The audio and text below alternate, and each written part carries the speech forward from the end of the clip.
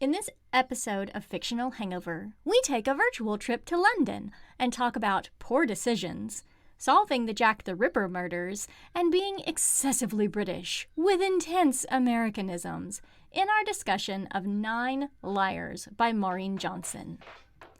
It sounds like murder.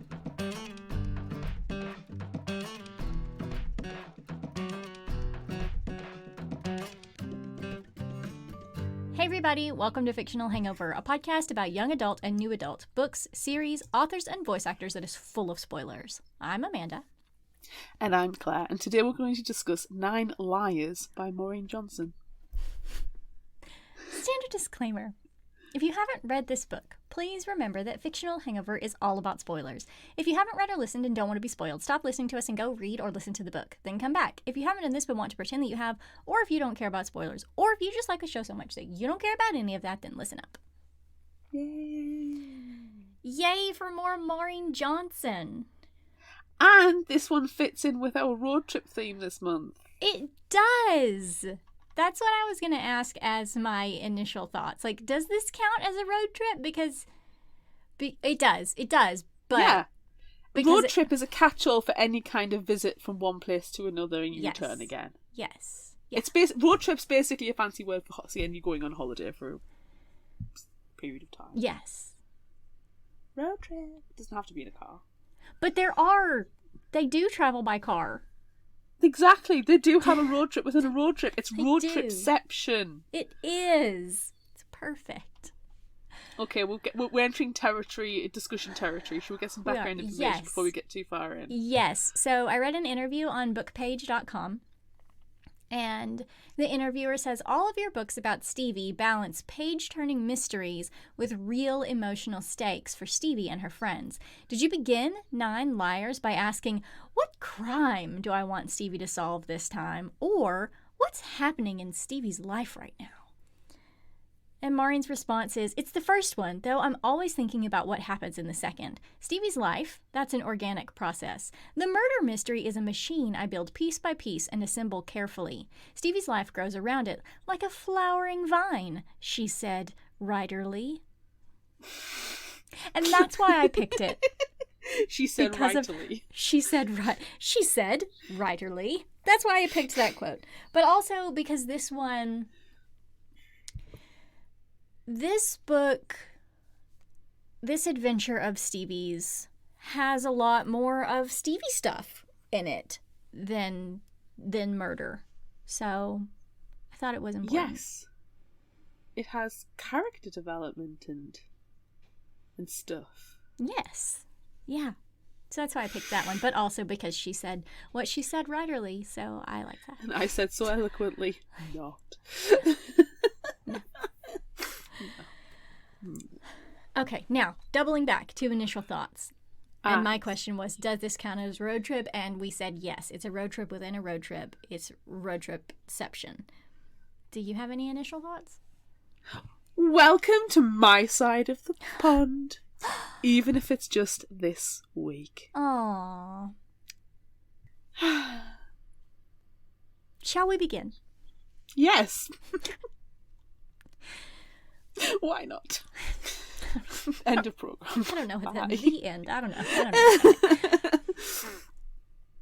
June 23rd, 1995, 9:30 p.m. There were 5 people in the Volvo and another 4 in the Golf behind, making their way through the county roads of Gloucester, with Britpop blaring out the windows.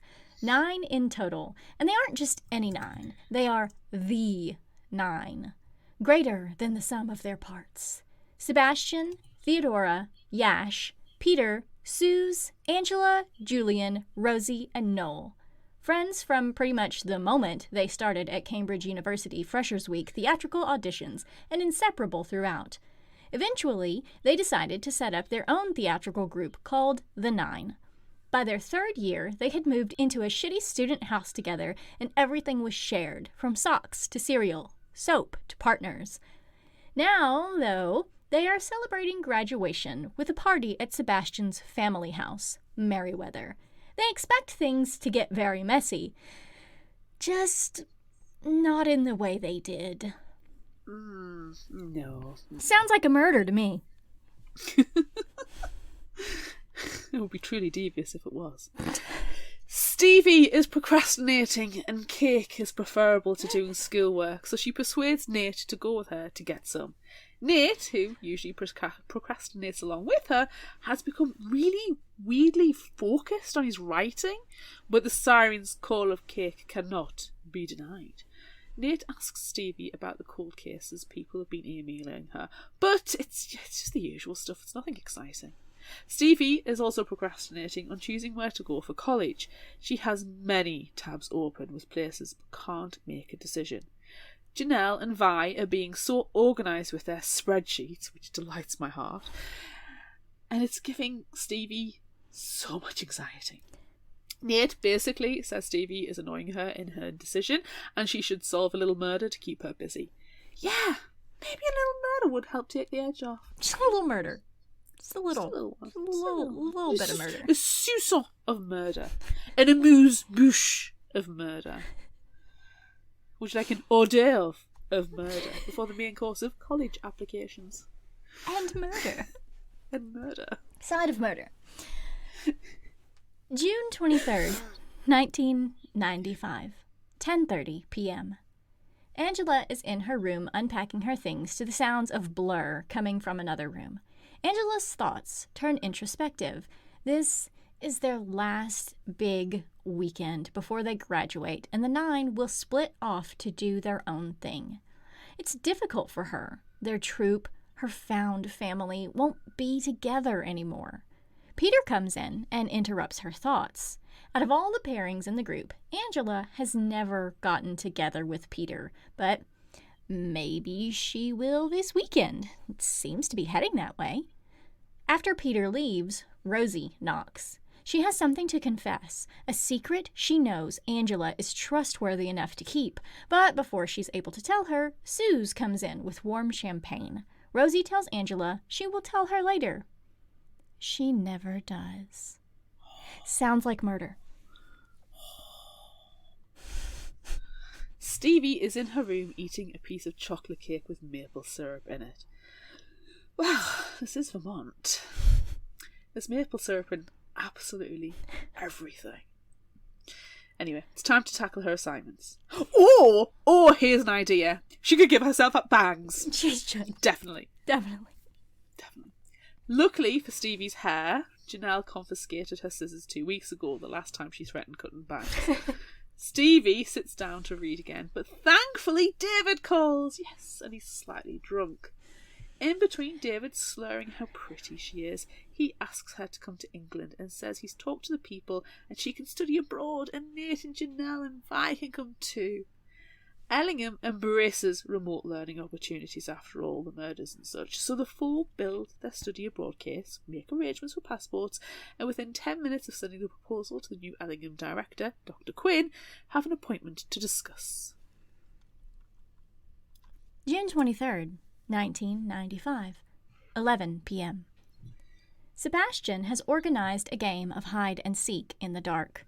As the hiders are found, they will be given a torch and become a seeker. The game lasts for hours until the weather turns and they decide to call it. Rosie and Noel, however, can't be found, so the others get drunk on expensive whiskey without them. In the early hours, and extremely unsteadily, they start to head to bed and bathrooms depending on their greatest need, when Suze spots a torchlight in the gardens. Rosie and Noel must have found a torch, so Suze decides to shout to them that the game is over, but Sebastian tells her not to. After the way Rosie and Noel have been looking at each other, they could use some privacy. This time it does not sound like a murder. No, it sounds like boinking. Heading to their appointment, Stevie, Nate, Vi and Janelle run into Larry, the school head of security, who warns them that Dr. Jenny Quinn, the school director, has been humming that morning. This is not necessarily a sign of someone in a good mood. After some discussion regarding the scholastic nature of their proposed 1-week-long trip to London, which will include visits to cultural landmarks, the Tower of London, the Houses of Parliament, the Victoria and Albert Museum, the National Gallery, the British Museum, to name only a few, Dr. Quinn agrees, with conditions.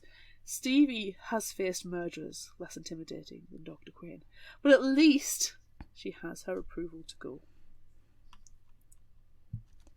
June 24th, 1995, 8:30 a.m. Theodora is an early riser, always has been. Despite feeling a little worse for wear from the champagne and whiskey, she makes the rounds accounting for her friends and finds that Rosie and Noel are still missing.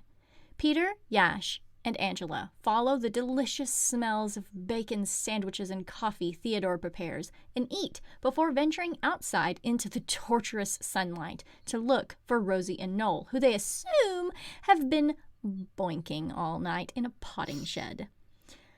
They do find Rosie and Noel in a shed. And they're dead. Sounds like a murder. Sounds like a murder. It does. It sounds like a murder, you're right. Before they go to London, Stevie asks Janelle about what clothes she should wear to entice David to have sex with her for the first time. Nothing. Boinking. For boinking. Nothing is appropriate for Stevie, or really in her price point. Like, why can't black hoodies be sexy? Why? But eventually she gets something, and soon Stevie, Nate, Vi and Janelle are on the plane to London. The flight is a blur for Stevie. She just sits and stares at the in-flight screen until they reach Heathrow, and then it's just a blur of travel letters, signs and luggage. The journey from the airport somewhat reminds Stevie of Ellingham Academy, with the fields and sheep, until they reach the city and they're replaced with a lot of brick buildings with long windows. David has been texting her throughout the flight, but she only gets the messages once they've landed. Unfortunately, something has come up, and his texts say he'll try and see her tonight. Stevie is, quite frankly, pissed, and rightly so, which makes Nate so glad for the wee attention. That's sarcasm. That immediately begins their trip. As they get out of the car and, being American, look the wrong way, they nearly knock over a cyclist. Luckily, the cyclist greets the jerks with a smile on his face. It's David! Yay! He was playing a trick and not committing murder. David helps his friends into their building, called Craven House, and shows them to their rooms. At Stevie's room, he comes in with her, and they kiss and hold each other, making up for lost time. Unfortunately, David really does have a thing to go to. It's a lecture he wishes he could get out of, but can't. But it's only a couple hours, and he says he'll meet them in the local after. Stevie unpacks her hodgepodge belongings and takes her sex clothes to show Janelle. Janelle can't believe that Stevie found a sex hoodie, a Union Jack onesie, and declares that it's perfect for her. For boinking. For boinking. A boinking onesie. June 24th, 1995, 8 p.m. The police came and seemed to swarm Merryweather as they looked inside and out for clues to Rosie and Noel's murders. The living members of the Nine were hungover and shocked the whole day. Apparently there had been burglaries in the area, but surely that doesn't explain Rosie and Noel's murders.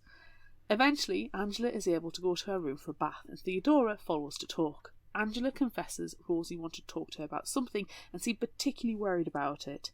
She also tells Theodora that she swears the shed Rosie and Noel were found in didn't have a lock on last night during their game.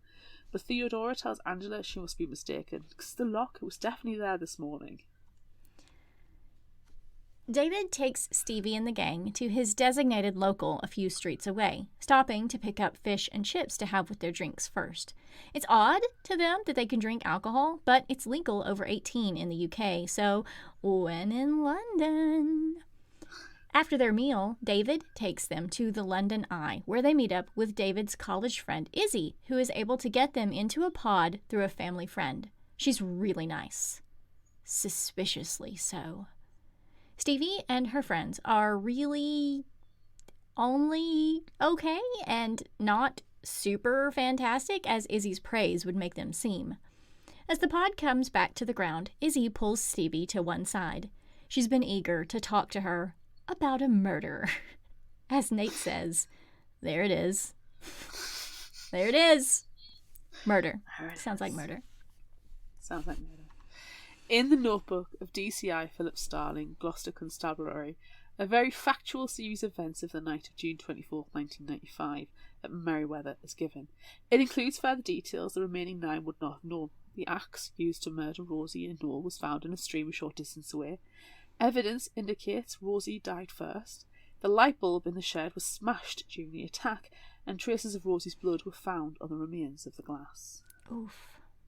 Gruesome. The next day, the Ellingham gang have a lackluster pret-a-manger breakfast, and later Stevie, with David and the rest of the gang, head to meet Izzy and get the tube to Islington. Before they reach their final destination, Izzy's Aunt Angela's place, she gets everyone Indian takeaway, which they eat in Angela's living room. Angela hosts historical documentaries now and gives them a brief history of Henry VIII's dissolution of the Catholic Church in England, Anne Boleyn, her execution, and Guy Fawkes when they mention they'll be visiting the Tower of London. At the mention of an axe, Izzy brings the conversation to the murders of Angela's 2 friends back in 1995. Angela was clearly not expecting Izzy to bring up some random Americans to her flat to talk about the murder of her dear friends. Stevie, used to reluctant interviewees, starts giving an account of the facts she knows them, purposely being incorrect. She knows that people may be reluctant to talk about uncomfortable things, but they don't mind putting the facts right, and Angela is no different. She explains that the 9 was a theatrical troupe, and how most of them are in the entertainment business in some fashion or form still. She says they regularly went to Sebastian's family home for weekend parties and they played hide and seek. Izzy jumps in with more information. It seems where Angela was on painkillers and Izzy was looking after her, Angela confessed that she thought one of her friends was a murderer and said something about something being planted. Now, fully compos mentis, Angela denies it, and anything Izzy claims she said about the lock on the shed, saying it's the past, leave it alone. Stevie doesn't push, but later that night in her room, as jet lag exhaustion overtakes her, Stevie knows Angela is lying about the lock and that she isn't sad or annoyed. She's scared. In a flashback to a recording of Angela's witness statement in 1995, there is obvious hesitation when she's questioned about the lock on the shed, though in the end she says everything was fine and the shed was quite locked. The next day, they visit the Tower of London in the morning, which Stevie pays very little attention to as her mind is consumed with axe murders and locks. The grisly tales of beheadings by the Raven Master does not entertain, the torture chamber passes her by, and the crown jewels offer little sparkle. The only things of passing interest are the story of the 2 lost princes, supposedly murdered, and the giant locks on the cell doors. Nate can tell Stevie's lost in the latest murder mystery. Thank goodness Vi has been paying attention and is able to give the report to Ellingham. In the afternoon, they head back to Craven House so Stevie can meet David, who takes her to Whitechapel for a Jack the Ripper tour. It's pretty crappy sensationalist tour, so they ditch it in favour of getting doner kebabs. Throughout the evening, David's phone buzzes. It's Izzy, and Stevie is convinced something is going on between them and spoils their meal by sort of accusing him of cheating. David is not the slacker he used to be and is really trying and wants to make their relationship work. The whole situation causes Stevie to have an anxiety attack, effectively ending the night as her medication makes her drowsy. Excerpts from Suze's witness statement confirm the group played their usual game of hide-and-seek, and she stayed by some shrubs until she was found. Suze confirms when the storm started, they called an end to the game and came inside and drank whiskey. Suze tells of the flashlight she saw. She thinks around 2:30, but no one else saw it. Suze also tells the police about Rosie's breakup with Julian, but it wasn't anything major. In the excerpt from Sebastian's statement, he reiterates that the storm ended play and that Julian was the last to be found, clinging to the pergola roof. As Merryweather is his family home, Sebastian confirmed his parents were away in Greece and that they lock up everything before going, including the shed, the lock of which was purchased due to the recent burglaries. He says he doesn't know who has the gate code, but it's likely not too much of a secret because people are always coming and going. Sebastian also confirms Suze seeing the light while they drank whiskey, but not that he saw it himself. The next day, Sounds like a murder. Sounds like a murder, doesn't it? Maybe even 2. Maybe. The next day, Stevie, Nate, Vi and Janella headed to Westminster, this time taking a double-decker bus instead of the tube. They wanted the huge Abbey building and designed to make you feel small and house thousands of dead before going to the House of Parliament, Palace of Westminster, Nelson's Column and the National Gallery. It's all starting to blur, but relief comes when David texts, finished with classes for the day. When he meets up, he's brought Izzy along, and she's frantically worried about her Aunt Angela, who has gone missing. Angela's house still has all their takeout cartons lying about, so she's been gone since the other night.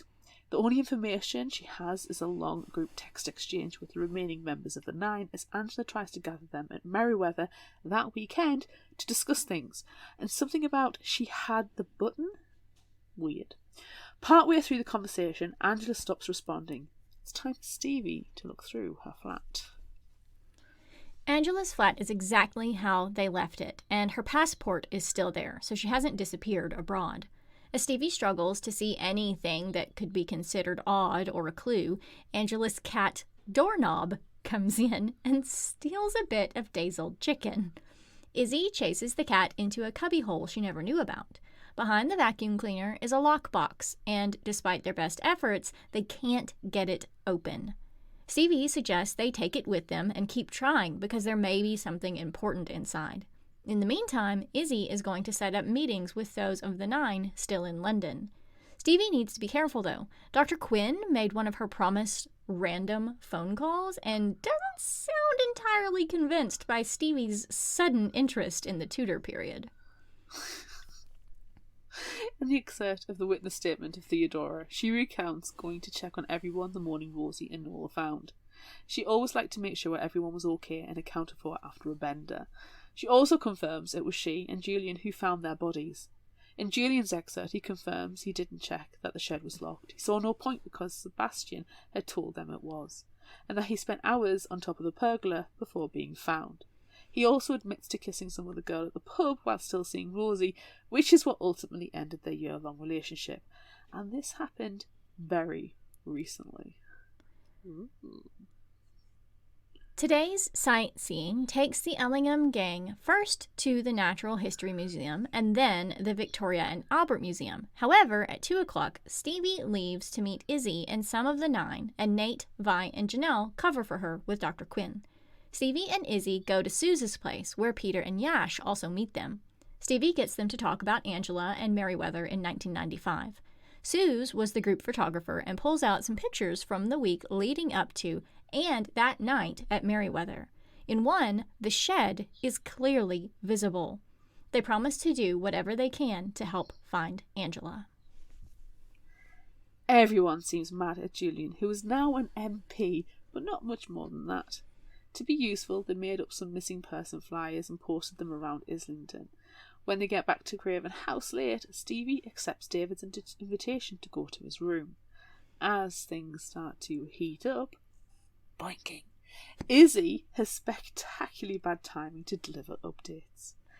Angela got a call from an unknown number during the middle of the text exchange. The Nine are meeting at Merryweather tomorrow night, and Izzy has wrangled an invite for them all. This isn't as great as it may seem. Vi and Janelle protest because Dr. Quinn will kill them and they want to stick to their schedule. However, if Dr. Quinn agrees to them going to Gloucester, they will come. If not, then they will stay and they will carry on with their plans. Stevie calls, makes her case, minus any mention of murder or missing persons, obviously, and lies to her friends when she tells them Dr. Quinn said yes. She did not. Not Cool, Stevie. Not cool. She said no. She said no. In an excerpt from Peter's witness statement, he discusses how and where he hid, that he took a bottle of champagne with him as he hid, and that Yash found him. The whiskey later did him in, and he took himself to bed, ill. He didn't get out of bed until late morning, and he, along with a couple of others, needed restorative fry-ups and Monster Munch, so they went to the shops, and when they came back, the police were there.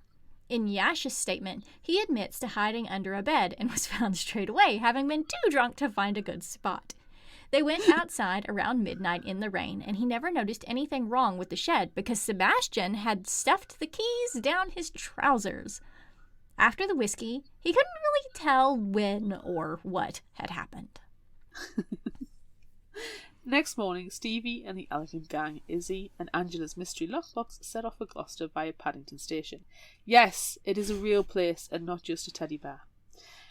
Stevie lets the conversation about colleges wash over her as she looks at the pictures of the 9 back in 1995 on her tablet and ignores the huge lie she told to get her friends on the train. However, something in the background noise sparks Stevie's brain and she goes to her case in the luggage rack and the lockbox inside. Angela talked a bit about Guy Fawkes when they visited, and now they're talking about it again. Remember, the 5th of November. The code is 0511. The 5th of November. The lock pops open. Inside the lockbox, which is now spread out on the train table, are police files, crime scene photos, witness statements, and Angela's notes from that night in Merriweather. What stands out is a newspaper article about the disappearance and death of American tourist Samantha Gravis, published the same day as Rosie and Noel's death. After a hair-raising taxi ride through country lanes, the gang reach Merriweather and are greeted by Sebastian, who shows them to their rooms. As the lie is chewing at her, Stevie heads to Nate's room and confesses what she did. On some level, Nate expected it, but warns Stevie that Vi may be ultimately fine. Janelle will not, and she needs to know sooner rather than later what Stevie did. If Dr. Quinn calls, he isn't going to cover for her. Stevie promises to tell Janelle that night. It sounds like a murder. Murder of friendship. Only Stevie and David take Sebastian's tour of the gardens, which ends near the shed. During the tour, Sebastian explains how his parents never wanted a gay son and didn't hide their resentment of him, so he made it his mission to be the most flamboyant and extra person he could be. He graduated with the lowest grade possible, which is exactly what he wanted, moved to London with Suze, and spent the next year drunken on drugs. It wasn't until he nearly died that he sobered up with support from his found family, not his blood relatives. The tour ends near the shed, which gives Stevie the opportunity to ask some more specific questions. The tiny window on the shed was open in the crime pictures, and the crawl space to access it was never mentioned in the police records. That's critical information for the police to miss in the records. So they obviously didn't know the crawl space was there. Sounds like murder. Sounds like murder. Sounds like shoddy police work. Everyone is at dinner that night, and Stevie notices the easy conversation the friends have. As the meal is winding down, Julian arrives. Julian has been in touch with people about Angela. The only information he has is that she was seen on the tube. Her Oyster card and grainy CCTV confirms it. And her mobile, I have to say it like that, and her mobile last pinged near Waterloo Station. He has a call to make later, which will hopefully get more information. Unlike the others, Julian is not pretending all is well. The 9, along with Izzy and Stevie, move into the living room, and David, Nate, Vi, and Janelle head upstairs. Later, alone, Stevie, David, and Izzy discuss what they know so far. Stevie urges Izzy to really think about what her aunt said when she was on painkillers. Did she say something about plants, or did she say planted? Izzy can't be totally sure, but then Stevie has one of her trademark moments where all of the evidence seems to fit together. No one person out of the 9 is lying. They all are. It's the Orient Express! Oh no! They all did the murder. Or did they? June 24th, 1995, 1 p.m. Sebastian and Theo find Rosie and Noel dead. They need the police, but what they don't want to happen is for the police to find the cannabis growing in the shed's crawl space. Together, the 9 clean out the crawl space of the plants, leaving the window open to air it out, dispose of the evidence in a construction skip disguised as a run to the supermarket for breakfast things, and wash any blood they may have gotten on them with toilet paper, as that can be flushed away. They must all keep the secret. Knowing about the collusion to hide the cannabis doesn't answer who is the murderer or what happened to Angela. They moved the axe, as Sebastian had used it to hook the crawlspace rope pull, before they realized it was the murder weapon. They cleaned the handle of his prints and threw it in the stream. The rope pull also had blood on it, and they needed to get rid of it in case the police saw the hatch and then found cannabis residue. But where is Angela? Sounds like murder. Sounds like murder. Yash asks Stevie where she got the crime scene photos she showed them, and everyone seems shocked that Angela had them and had been investigating. Stevie asks if Samantha Gravis is familiar, but no one is able to place her. Sounds like murder. All Americans look alike. She's Canadian. Wait, spoiler! The newspaper said she was American. No, I think it's the other way around. No. The newspaper yeah. She is American, but she said she was Canadian because everyone in the UK she's American. Yeah, because everyone in the UK hates Americans? Yes. That's not true, but, American has a stigma. If I ever get to go to the UK, I'll keep that in mind. Thank you. During this Agatha Christie moment, Janelle comes in. Dr. Quinn has been on the phone. Nate lied and said they were watching a movie in the student common room. Janelle is upset that Stevie lied and says that if she had told them the truth, they would have worked something out. Lies have no place in friendship. Janelle also reminds Stevie that they're going back to London the next day and will finish their itinerary, so she only has 36 hours to figure everything out. Do do do do do do do do do do do do do. Tick tock, tick tock, tick tock, tick tock. That night, Stevie and David go to bed together. For boinking. She doesn't need her sex onesie, and David came prepared. As they're in bed, someone knocks at the door. Yeah, damn it. Suze comes barging in. She knows who Samantha Gravis was. The Canadian! The Canadian? Suze had been going through the scans of her old pictures, and one in their local stood out. In the picture are the 9, minus Rosie, who had been studying, plus the Canadian. Julian cheated on Rosie with her that night, and that was the reason they broke up. They didn't realize she was really American, and Suze genuinely liked her, even lending her some CDs. It's entirely possible she drowned on the way to their shared house. Sounds like a murder. Stevie can't sleep and, leaving David in bed, takes her tablet into the bathroom where there is an actual, honest-to-goodness sofa. The life of rich people. In the early hours of the morning, her tablet falls and wakes her. As she heads into the kitchen, Stevie runs into Nate, equally wide awake, and she persuades him to take a look around in the murder garden. While they investigate, Nate opens up to Stevie and comes out as asexual. She is the first person he has told, and she encourages him to tell the others, sure that Janelle will make him a pride drone. As they're talking, Theo comes out with mugs of coffee, and Stevie takes the opportunity to ask her about the button comment from the text thread, and it's put down as just being a typo, damn autocorrect. As Theo walks back into the house, Nate comments that it was a strange conversation, and she seemed to want to have more than just coffee. Stevie thinks Theo, who is an extraordinarily smart woman, is figuring things out about 1995 and doesn't like what they seem to be adding up to, and it's scaring her. Oof. Merriweather is waking up, and breakfast preparations are underway. Everyone already seems busy catching up with work. As everyone but Julian is sitting in the dining room talking about work or the plans for the rest of the trip, Stevie mentions getting her dad a bottle of whiskey. Her friends know this is blatant fiction and ask about the whiskey they drank that night in 1995. It was a very expensive bottle back then and not something you can pick up from the duty-free shop at the airport.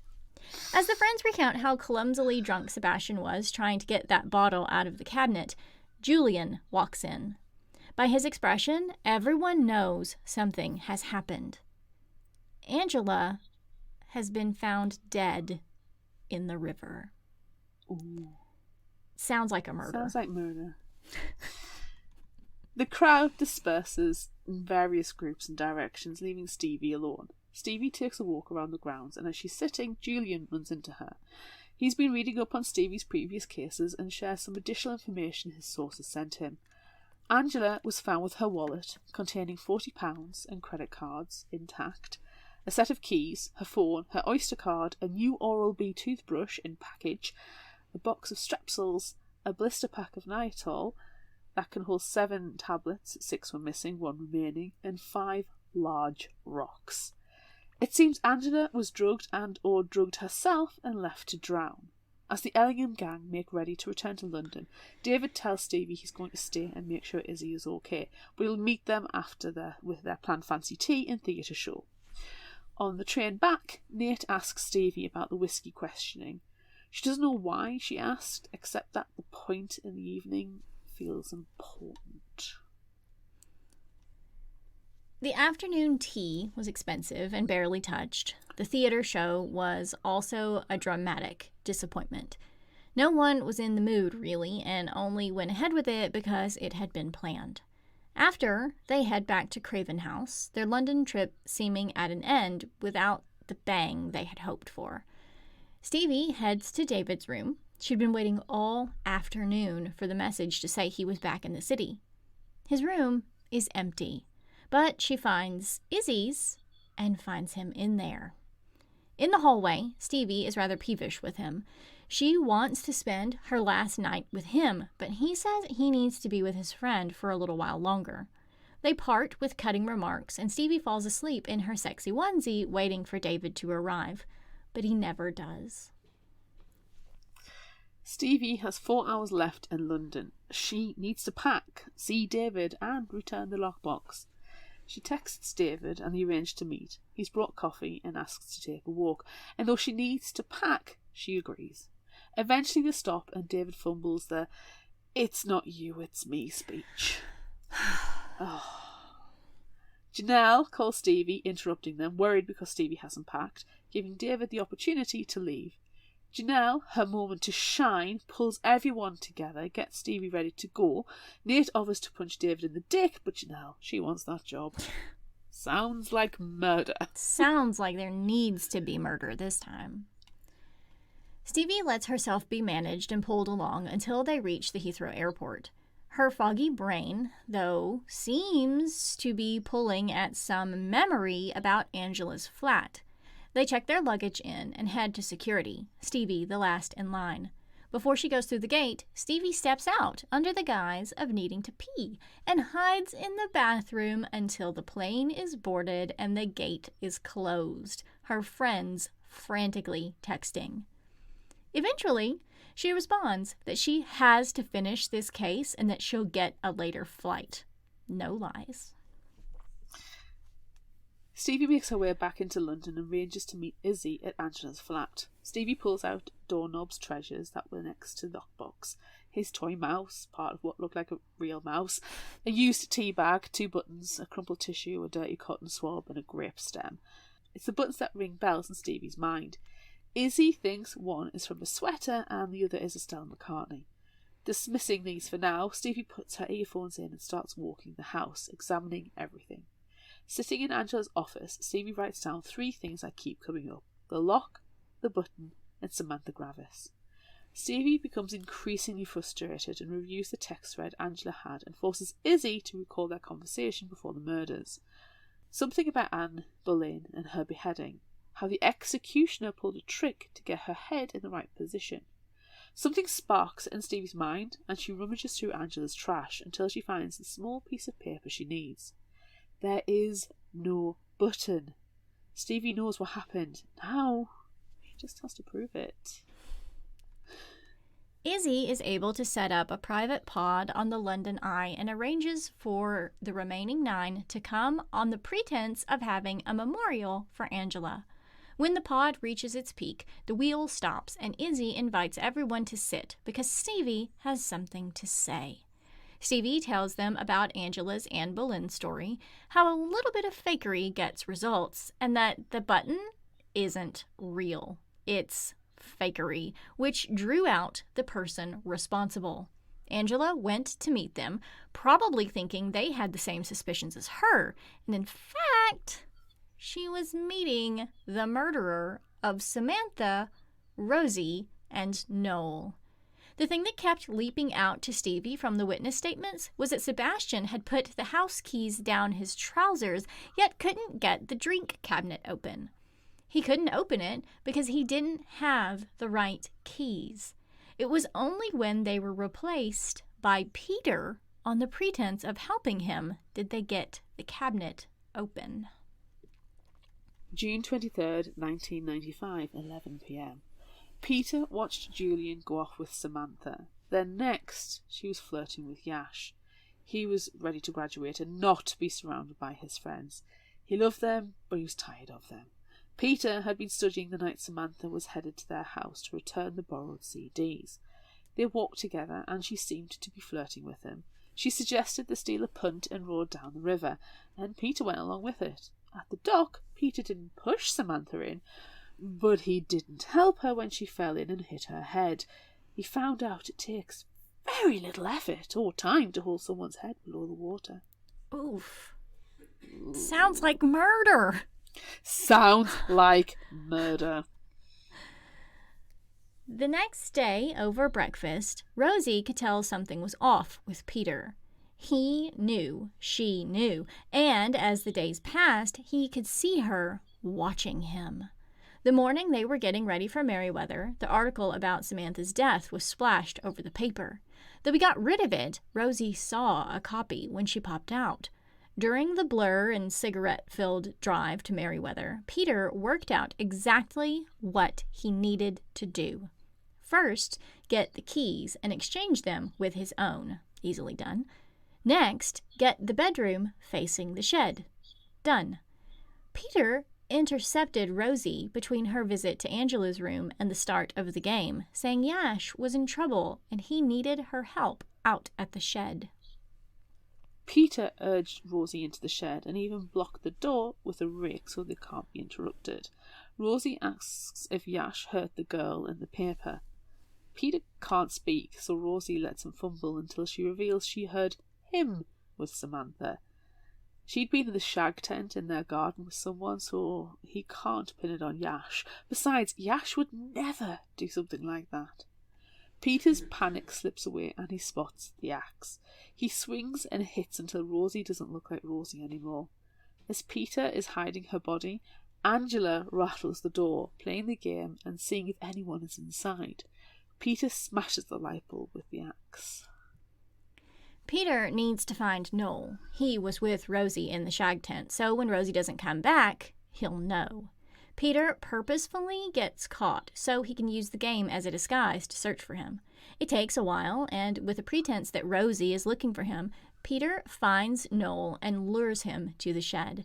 It was easier to swing the axe this time. As he returns to the house, the storm hits, and inside, Sebastian is crawling to the drink cabinet, which is perfect. The rest of the cleanup was easy because he knew his friends and their habits. He borrowed clothes, staged the shed to look like burglary, and threw water around to confuse things. Lastly, he flashed his torch to muddle the timeline. As Peter drifts off to sleep, he promises to make something of himself so that their deaths wouldn't be in vain. Asshole. In the London Eye pod, Stevie says she has a story to tell them. She's able to recount the events of June 23rd, 1995 pretty accurately, all based on how a set of keys all look the same and a toothbrush. While Peter tries to defend himself, the evidence is there. Angela bought the toothbrush to replace the one she borrowed from Peter at their last party because Angela always returned what she borrowed. Everything else in her purse was accounted for on the receipt Stevie found in the trash, but the rocks were put there by Peter.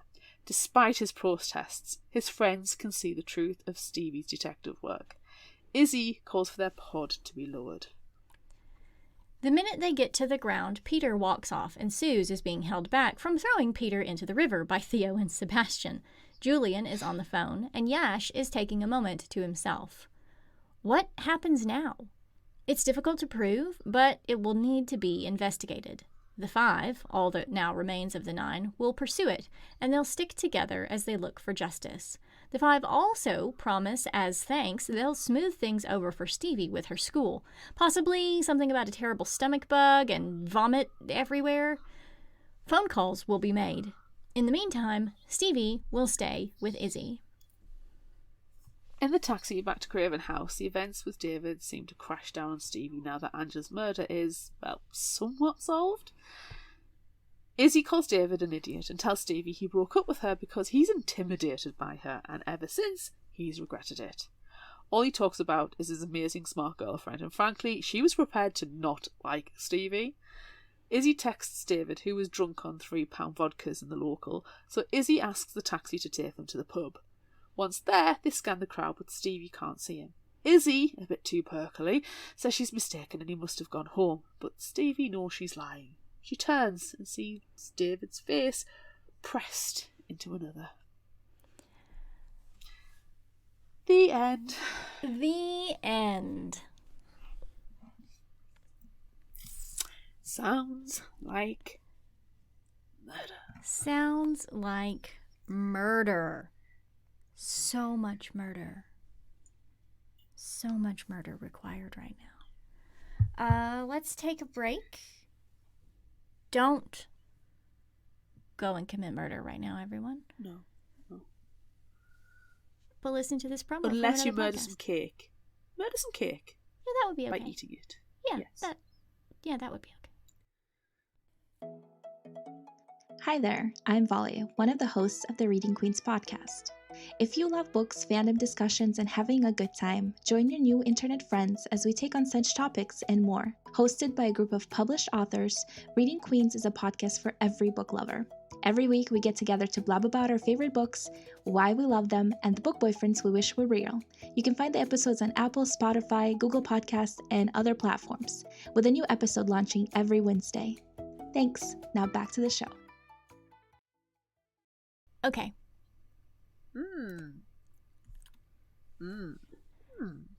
Well. Should we discuss the ending first? I guess. I just want to say, like, overall, I enjoyed this because I like the Truly Devious series. I like Stevie. I like all of her friends. I like that she solves murders. I like that they went to London. I like Kate Rudd's narration. Like, she does a great job with Stevie and all of her friends.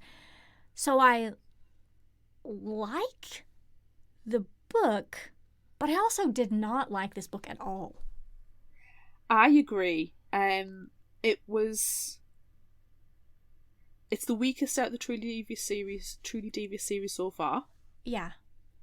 And it's like, if I want to quantify it, it's a solid 3 out of 5. Yeah. Like, solving this murder, I don't really get how Stevie solved this one. No, neither do I. And, you know, if they hadn't gotten involved, if Izzy hadn't invited them over to Angela's, I think Angela would still be alive. So I'm pretty sure it's their fault that she's dead. I agree. And I wonder how we feel about that.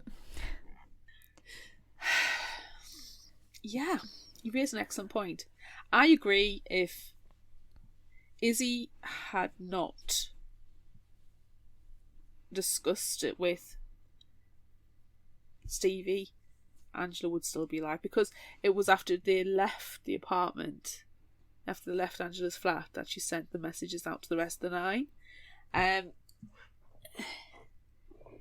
Angela probably could have. They're all smart cookies. Yes. And Angela's a smart person, and she probably would have worked it out eventually. Yeah. But knowing then that it was Peter who murdered her friends, she would have then been able to approach the situation from a very different standpoint, and with the support of the other remaining 9. Yeah. So I think I'm annoyed with Stevie, because I think she has to have some responsibility for Angela's death. Yeah. There's a certain amount. There's a certain amount of care, well-being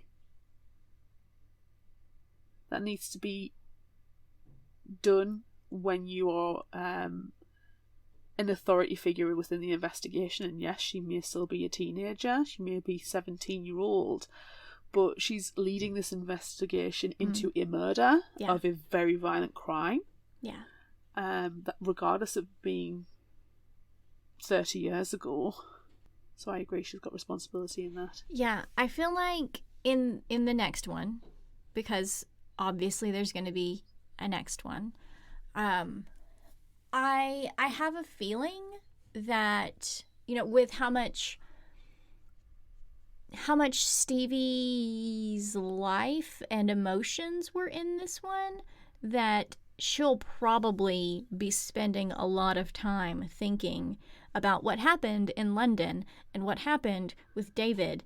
And once she gets past what happened with David, I think she's probably going to realize it's kind of my fault that Angela is dead. So I think that she'll probably have that realization in the next book. I think she's going to spiral a bit in the next book. Probably. And I wouldn't be surprised if she gets expelled from Ellingham.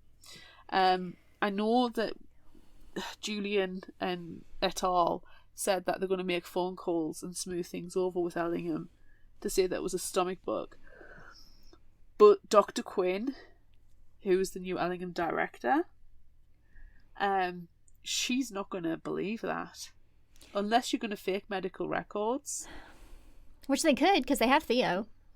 Exactly. They've got everything there. Yeah. Exactly. They could do that, but unless they're going to fake the medical records, and even then, Dr. Quinn is going to know it's a lie. And on top of that, you can't blame a stomach bug on Stevie lying to her friends to get them to Gloucester. Yeah.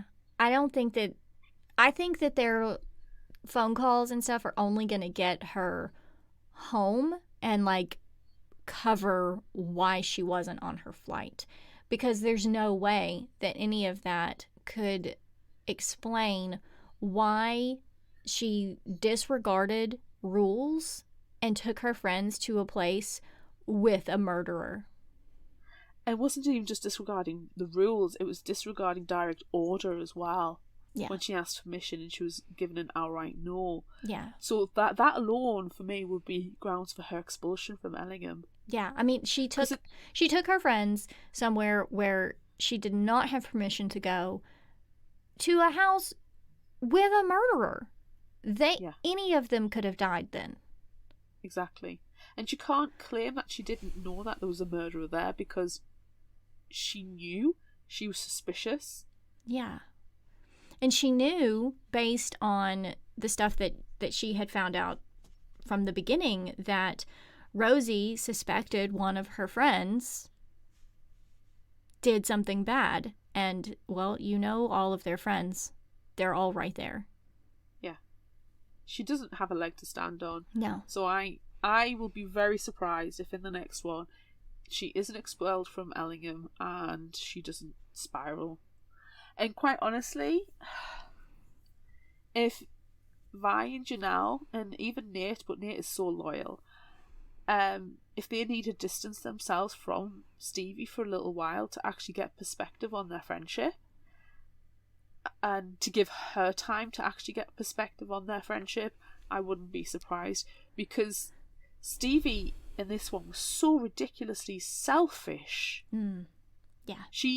The entire trip was based on the fact that she wanted to go and see her boyfriend. And then, you know, Nate, Vi and Janelle, you're coming along because David is your friend, let's go and see him. Fine, that's fine, you know, but it was born because David wanted to see his girlfriend, she wanted to see David. Yeah. Fine, okay? But while they were there, they devised the itinerary based on the interests of the group, and Stevie's so single-minded that she's only interested in murder, and that's it. Murder in a sex hoodie. That they planned this trip to see all of these tourist traps in London and all these historical sites, and then base assignments and further research, etc., on these. And it was either Vi or Janelle had a meeting with somebody in an art gallery to discuss things, and it was going to be great for their college application, but instead Stevie lies to them to get them to Gloucester. Yeah. That's not what friends do. No.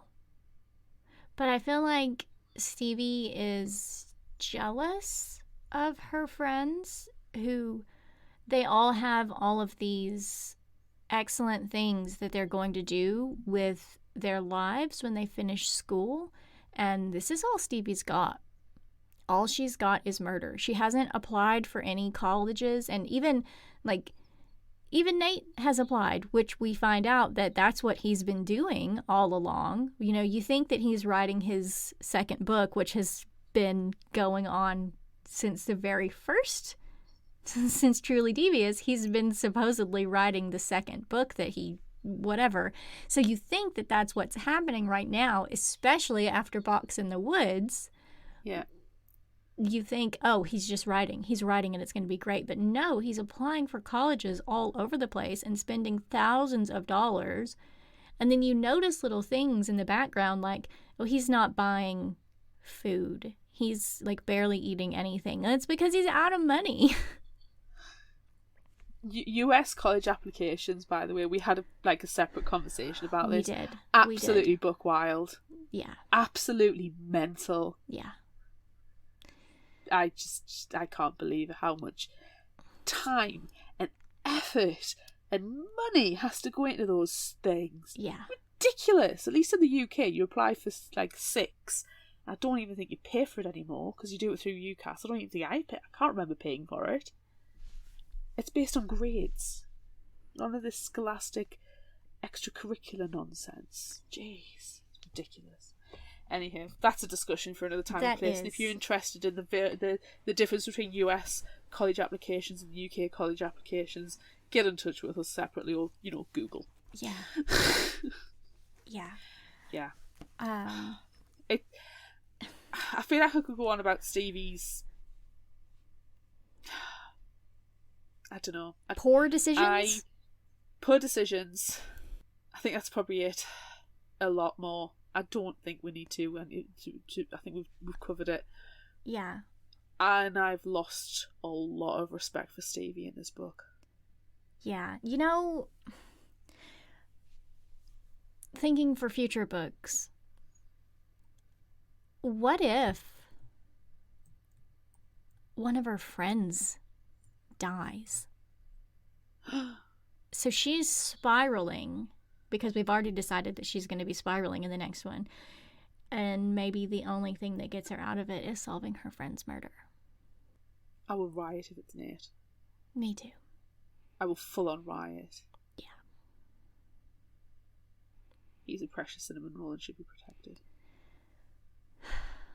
Yeah, Nate's the best. Skipping ahead, Nate. Always Nate is my favorite character. Always. Forever. Same. I also like Doorknob. Well, obviously it's a cat. And it's a fantastic name for a cat. The cat named Doorknob is perfect. Can I... Let's be positive about Stevie for a second. Okay. Sex hoodie. Sex hoodie was fantastic. I did appreciate that.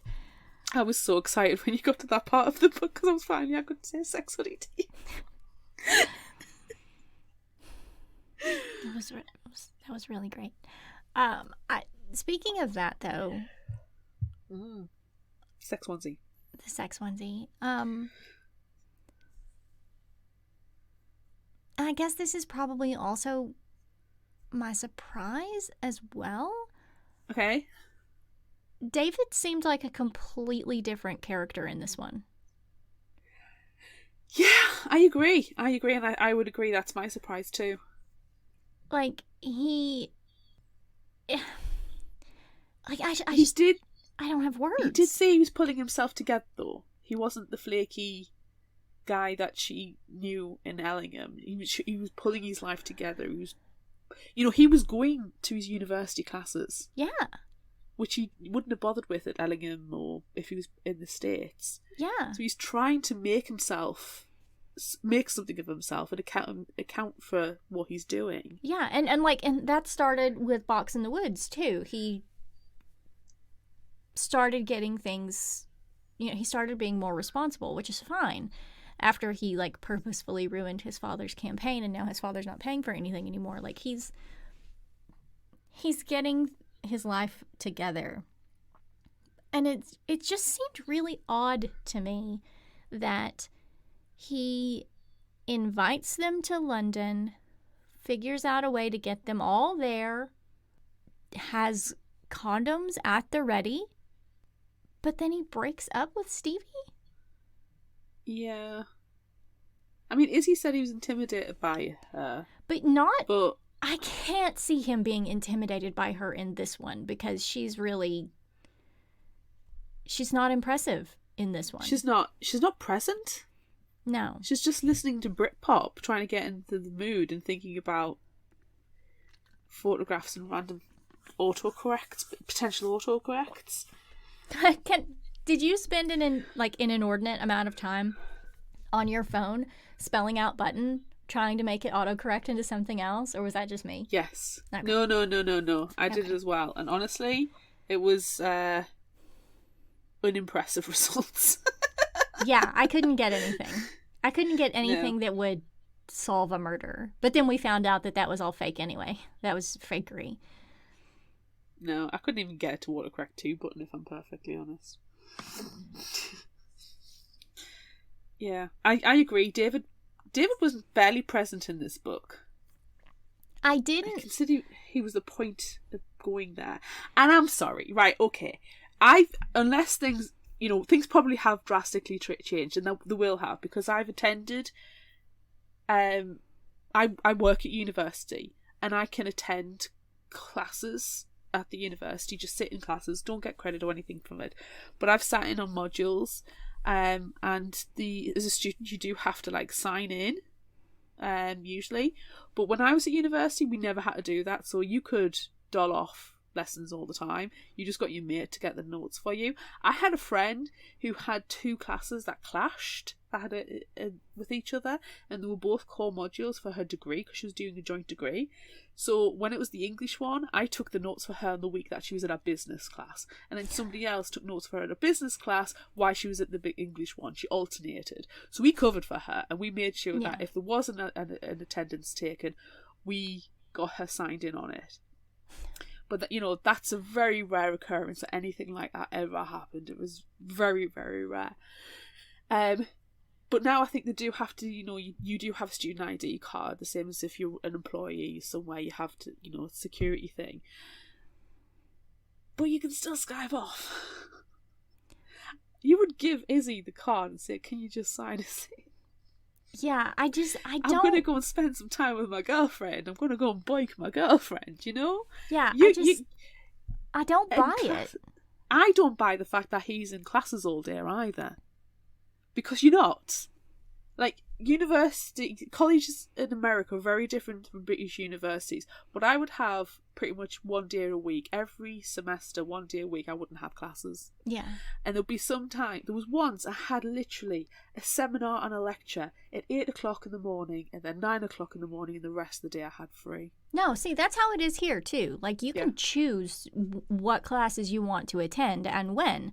So you pick your schedule, and if you want to get all of your shit done, well, then you sign up for morning classes, and then the rest of your day is free. Or we don't have that. The times are assigned. You just that's what I mean. If you can sign up to take an 8 o'clock class, or you can sign up to take the same class at 1 o'clock. We don't have that. You make your schedule, and then you go to those classes, but it's not all day. You're not in classes all day long. Or maybe you decide that you only want to take classes on Monday, Wednesday, Friday. So those are the classes that you sign up for. No, hours aren't as prescribed as easy as that.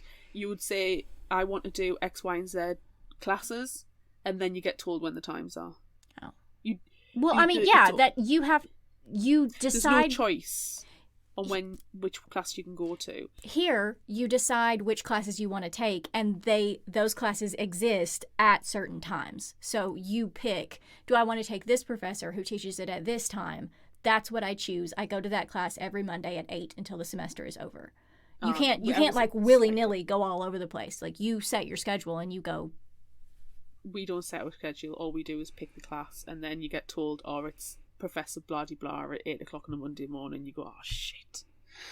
And it's only because the university puts the timetable together, and then they tell you what the timetable is, so that way core modules aren't overlapping with each other, shouldn't overlap with each other. Because it's a core module, everybody has to do it. You shouldn't have to fight to get onto the core module, so it's there. And now and again there was the odd module I wanted to do, but it clashed with something else, so I couldn't do it. But that's because you're told very little information. You can't decide you're going to go to the morning or the afternoon class, because there isn't a morning afternoon. It is morning or it is afternoon. Yeah. There's one lecture, there's one seminar, there's one workshop, and that's it. You can't pick morning or afternoon, because if that was the case, everything would have been afternoon and matter for me. I had one day where it was 10 o'clock in the morning. I had a seminar for 2 hours, and then I was back at 6 o'clock in the evening for a lecture for an hour. And that sucked. Yeah, absolutely sucked. But my point is, and what you're saying as well, David is treating it like, I cannot imagine him doing any kind of course where you are required to be in all day, every day. Yeah, that's not a thing. And especially when your girlfriend is in town. Like, you go to your classes that you absolutely cannot miss. And then the rest, like you said. Friends go get the notes. Yeah. Yeah. And a lot of it is a lot of independent study time as well. Yeah. It's more now than when I was at university. It's drilled in that it's independent study. Self-learning is huge at the universities now. So I struggle with it. And talking about things that don't make sense time-wise, I am sorry, but there's no freaking way you can go to all of these tourist traps in such a short space of time. You cannot go to the Tower of London and be done by 2 o'clock in the afternoon and be somewhere else across the other side of the city. Bullshit. I call bullshit. I've been to the Tower of London, and granted it was 10 years ago, but it's easily a half-day place. You have to queue up to see the crown jewels. No matter what time of the year it is, you have to queue up. And generally speaking, it's not a short queue. If you're going to be in the dungeons, what they've done, and investigate the tower, go and see the Raven Master, and be there for the talks. The talks are very set times. It might be the top of the hour. It might be every half hour. But they're at set times. I cannot conceivably see them doing everything that they have done in such a short space. I just can't. It's not if you're getting anything out of it. I mean, No. if you're just going to walk out in front of it to say that you were there. Which is pointless if you're doing it as an educational week.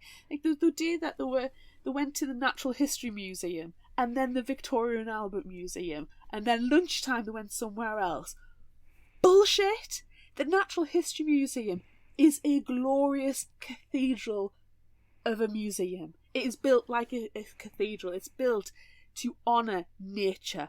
It is an architectural masterpiece. You can spend ages just looking at the main hall. They used to have Dippy the dinosaur in the Diplodocus in the central hall. They don't now. It's a huge, massive blue whale skeleton, which is glorious. And you can stand underneath and you can look up, and that takes ages. And yes, you can miss bits and pieces, but the Natural History Museum is a good chunk of a day. Yeah, I can't imagine Janelle, who's like super into engineering, and Vi, who I can't remember what they are into, but I know that they are into something. Like, I can't imagine them not spending every waking moment exploring and looking at these museums and things. Like, I don't buy that they just zipped through them.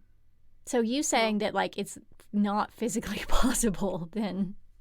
I don't think it is. And I think if it was, you're literally stepping in through the door, looking around the main hall, not really paying any attention to any of the exhibits, because the Natural History Museum is freaking... Just go on Google Maps, go on Google Earth and look, and you'll see it and go, bloody hell, that's huge. Yeah.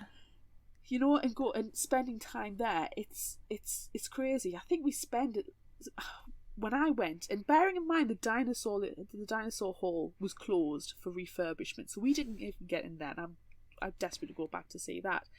And I don't like taxidermied birds, so I ran through those places. So bearing in mind we had to miss those two things, we were there most of the day. The animal sex one was really weird. They had an animal sex habits of animals like guest exhibit thing. It was weird, but it was really fun. And honestly, there's just so much, there's so many talks, there's so many exhibition halls to go and see that I honestly, it annoys me that they quite clearly have not paid any attention. And there's one day where they go to Houses of Parliament, which granted you can go into certain parts of the Houses of Parliament. I haven't been myself, surprisingly. I'd probably protest too much or trying to I'd probably take out the Tory MPs. I would never do that because that would be naughty. But you can go to certain visitor sections, but they go into Westminster Abbey because they specifically say how big it is and how full of dead people it is. So they've gone in there, and yeah, you're not going to spend hours in there, but you are going to have a look around. And Vi and Janelle are very interested in the architecture and the about it. So they spend time there, and then they go to the National Portrait Gallery and somewhere else, and it's like, are they counting going on one of those open-top tourist buses as visiting these places? Maybe. Because that's what it feels like. And they do mention about taking a double-decker bus instead of getting the tube, which is fine. And if you will get to see a lot of the places like Nelson's Column and etc., etc. But these aren't next door to each other. There's still an element of travel that takes place. And it really reminded me of when we read Twilight and we talked about Seattle being 2 hours away, but it's not 2 hours away, it's 8 hours and a boat ride away. That made me so mad. That's why I'm mad. This is my Twilight Seattle. It just, I am annoyed that they are rushing these places if they are physically actually going to these places and not giving them any justice. And seeing it from Stevie's perspective, how she just gave zero shits about these places was annoying. Yeah. It's not because I've got this sense of British pride. It's a sense, if I go to some place to visit, I want to see the place. I want to experience the place. Sure. I don't want to just look around quickly and be like, whatever. Waiter, I want to go investigate a murder. And I know that's Stevie's personality, so I have to have some element of forgiveness for her. Yeah. But I also am annoyed that it's detracting from Vi and Janelle and Nate's experience because of her selfish nature. I feel like Nate doesn't care. Nate can't afford to care. I don't think Nate cares. He can't afford to get a magnet from these places. Yeah. But Vi and Janelle, like, this is important to them. And it's unfortunate. Extremely. See, like me, I feel like if I were to ever get to go there, like, there's a couple of places that, like, I think would be interesting to explore, but whenever I go on trips and things, I don't like to do touristy stuff. I want to do stuff that normal people do every day. And I feel like I'm a little bit weird in that. No, I agree. I like to mix it up, and I would do both. And, like, for me, if you're going to go to London, like, you don't necessarily need to go to the Tower, but go to the London Eye, and you can see from the London Eye the landscape. You can see the Houses of Parliament, you can see London Bridge, you can see the Tower of London. You can get a great sense of the city from there without actually having to physically go there. But there is something about going to the British Museum and actually seeing the Rosetta Stone. Yeah. You know, and that's like, last time I remember it was in the main hallway. The British Museum's freaking huge as well. But yeah, it's... Mix up the touristy things, especially, I mean, Amanda, if you were to fly the 5,000 miles or whatever it is from Arkansas to London, you have to do the odd tourist thing. You have to, because there's certain things you need to be able to say, I've done it in my life. Yeah. You know? And it's like, oh, so what did you do in London? Oh, I walked around Canary Wharf. What's Canary Wharf? It's a business district. Don't do it. No, look it. If I ever got to go to London, and people ask me, what did you do when you were in London? I would say I somehow forced my best friend to travel from her home hours away and dragged her to London as well. And then all I would be like, oh, I met Claire, and then we did this, and then we did that, and I got to meet her in real life, and it was so much fun. Like, that's what I would do if I went to London. No, seriously, it'll be, well, I met Claire, and then we just went to bookshops. Yeah. Yeah. Yeah. So I don't, but that... I don't know. I feel like we've lost... I met Claire and I went to a cheeky Nando's. Yeah, I know. I feel like we've lost something here, though. We haven't talked about the book in a long time. Except for the fact that we are. No, it is, because... Right.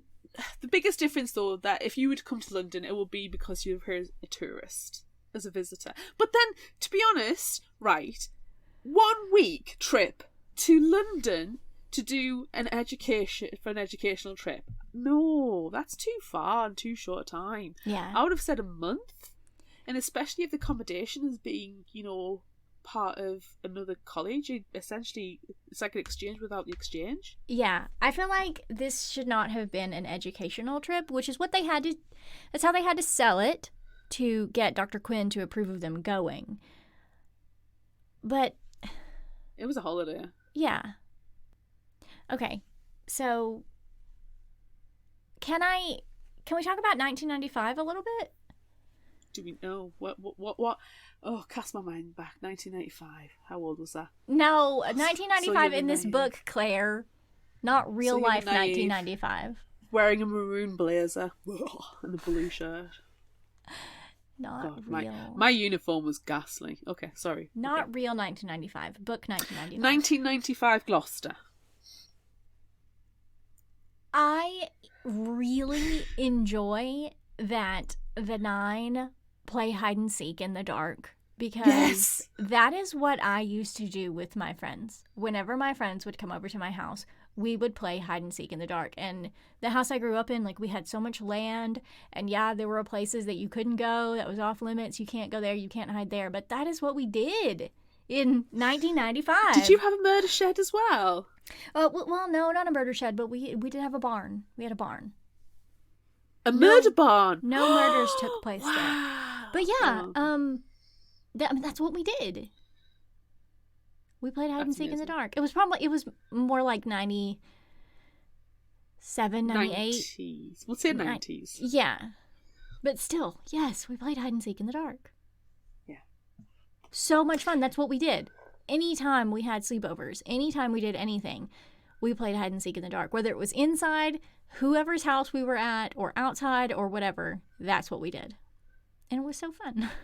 So I love that they played hide and seek in the dark. That was probably one of my favorite things, is that they played hide and seek. I enjoyed that. The Britpop Battle of the Bands, Oasis versus Blur. I remember that. Freaking hit, Oasis. Wonderwall is one of the shittiest songs ever. Sorry, not sorry. To be fair, I'm not particularly a Britpop fan. I just want to sing Champagne Supernova to you.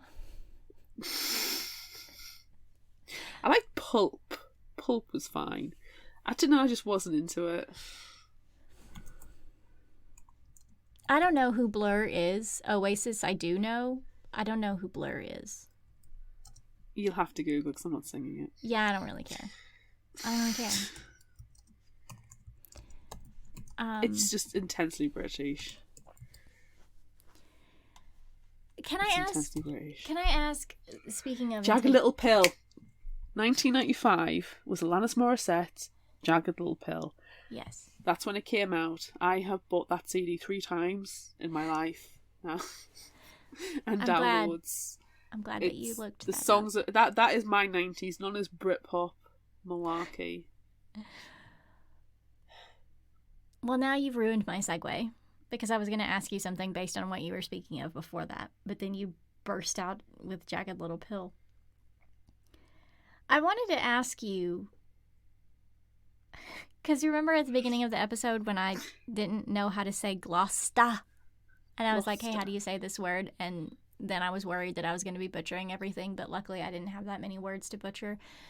Don't think I put too much British in just because I'm being kind. Yeah, it's like that time that I took out all the Aztec words.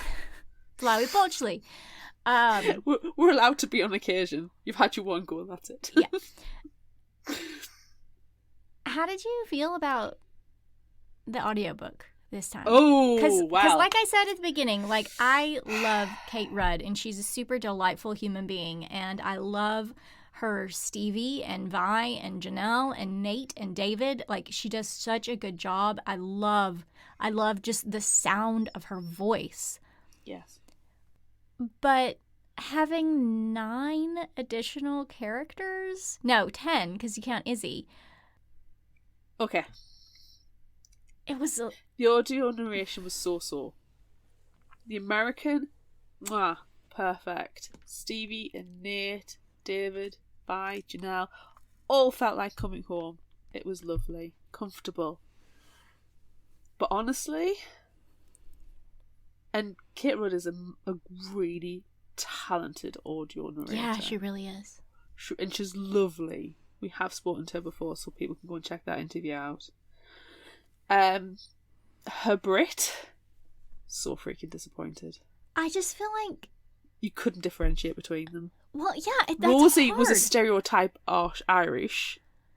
It was Rosie's Irish for what limited dialogue she had. It was like me doing an Irish accent, which is intensely should not be on the internet. Yeah, I feel like it. Why were there so many? Why was it 9? 9 was a lot. And like some of the characters, I feel like they didn't even do anything. I think it would have been better if there had been fewer than 9. And then Kate could have honed her accents, honed her voices just a little bit better. But when you got fucking 9, 10, counting Izzy, new characters to do, that's rough.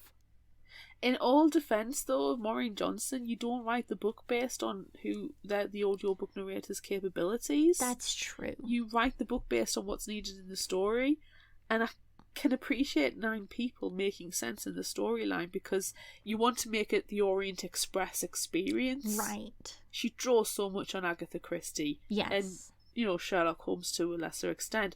But you need to have that room full of people, and if you don't have that room full of people, you are missing the Agatha Christie essence. But I just Rosie was a stereotype. Yash was supposed to have had an accent, and it didn't come off well. Same with Theodora. She was supposed to be a strong black woman, and it did not come off across like that. Yeah. Angela was fine. Izzy was not. Julian, Sebastian, Peter. Noel. Did Noel talk? I don't think Noel actually spoke. I don't think Noel actually spoke. I didn't mind it. No, don't forget also there was Samantha, but that's an American, so. Yeah. I don't think I disliked it as much as you did because these are the voices that you hear in your world every day. But it's just, I feel like it was a lot of work. I feel like it was a lot of work for her. It was general English. RP. Received pronunciation. And just because you go to Cambridge doesn't mean that you talk like that. There is a very good chance some of them, Sebastian, it was a natural thing. He was technically a Viscount. by the end because Yes. he's his parents. So he was aristocracy. So yes, I can appreciate him going to Eton and Cambridge. I get that. But there are others where, like Theodora and Yash, I doubt it.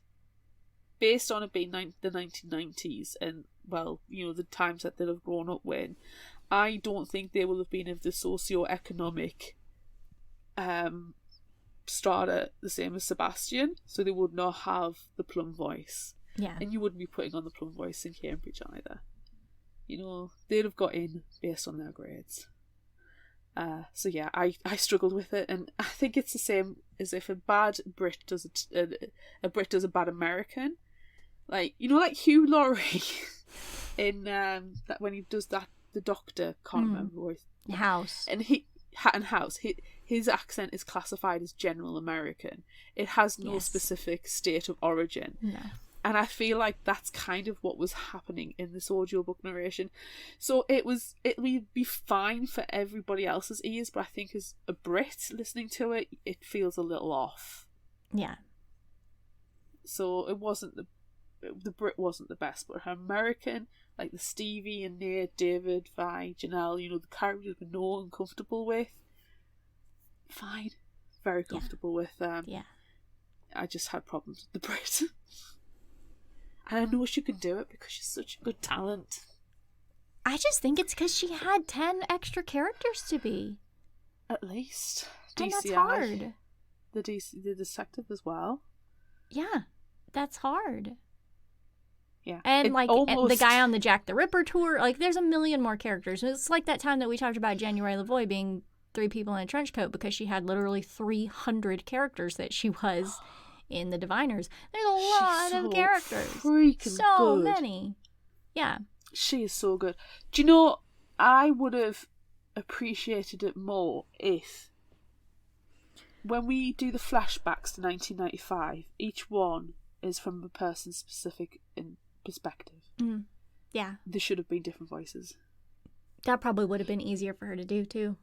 It should have been new narrators doing it. It should have been an ensemble cast. It should have been an actual British or people. Oh, that would be tough though. That would be tough because this is skill. book 5 of a series, and it's hard to jump in with a different narrator that far along in a series. Like, I think that would be jarring for all of the listeners.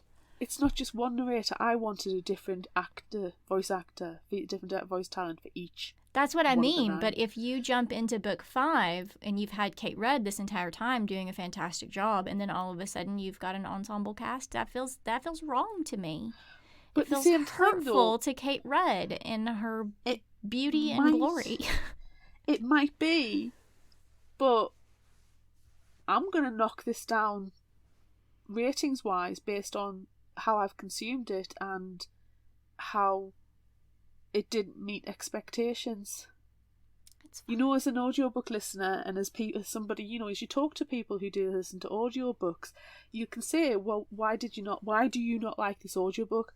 The voice acting wasn't up to snuff. It didn't sound like the voices that there should have been. Yeah. And it could turn people off from listening to an audiobook. And I'm not going to say to people, don't listen to it. Listen to it, it's fine. It's just so, and it's not the greatest example. I think that's probably the thing. It's fine. It's not bad. It's fine. It's not Kate Rudd's best work. It's not going to win any awards. It's fine. It's fine. I feel like I've been very negative about the book, but I did genuinely enjoy it. Yeah, I enjoyed it too. I like the mystery of it. Questions. It was not my favorite, but No. I still liked it. Yes. I still liked it just fine. The only thing that I didn't like was fucking David. Why was his character so vastly different in this one? He seemed like a completely different person. Yeah. And like I was thinking the whole time, because there were clearly lots of, you know, red herrings with David always being with Izzy. David's clearly cheating on Stevie with Izzy. But no, that's not what was happening. Like, they're genuinely just friends, and he wants to take care of his friend, which is fine. And she's like, no, I have my own things going on. I don't like David like that. Fine. But then he breaks up with Stevie at the end and then is making out with someone else, which he's not cheating because they're broken up. It's like that episode of Friends. They were like, exactly. Where Ross screams we were on a break. So I feel Exactly. like, they'll probably get back together, I guess, but I don't want Stevie to get back together with this David. I don't like this David.